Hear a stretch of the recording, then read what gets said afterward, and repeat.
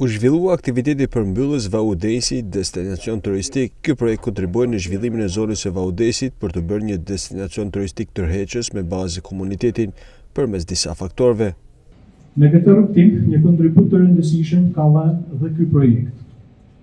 Kemi përmirësuar informacionin turistik duke shoqëruar me harta orientuese apo tabela për të risjellë në imazhe të plota të objekteve që kanë mbetur rrënoja, por që mbartin histori.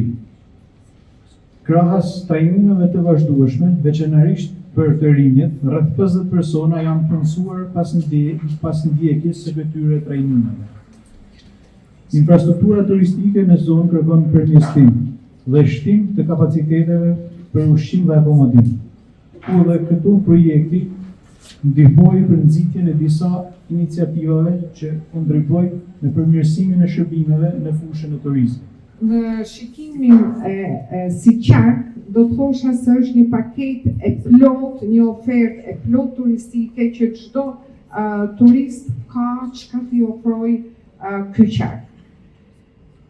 Kjo është edhe në vëmendjen e qeverisë shqiptare. Nëse do të nikim edhe zhvillimet e fundit, është edhe lançimi i paketës malore që qeveria shqiptare po jep prioritet.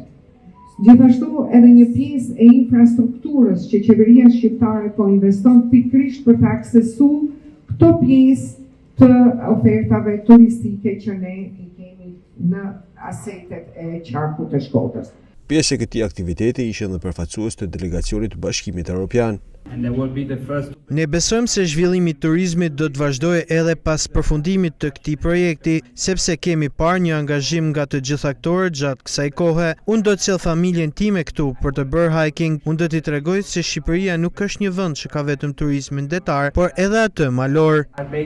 Ky projekt kishte si qëllim përmirësimin e imazhit turistik në zonën e Vaudesit. Në fokus ishin gratë dhe të rinjt, teksa u qelën dhe disa biznese gjatë këtij projekti. Projekti u mbështet nga Bashkimi Evropian përmes programit Europe Aid Program dhe u zbatua nga Bashkia Vaudejës.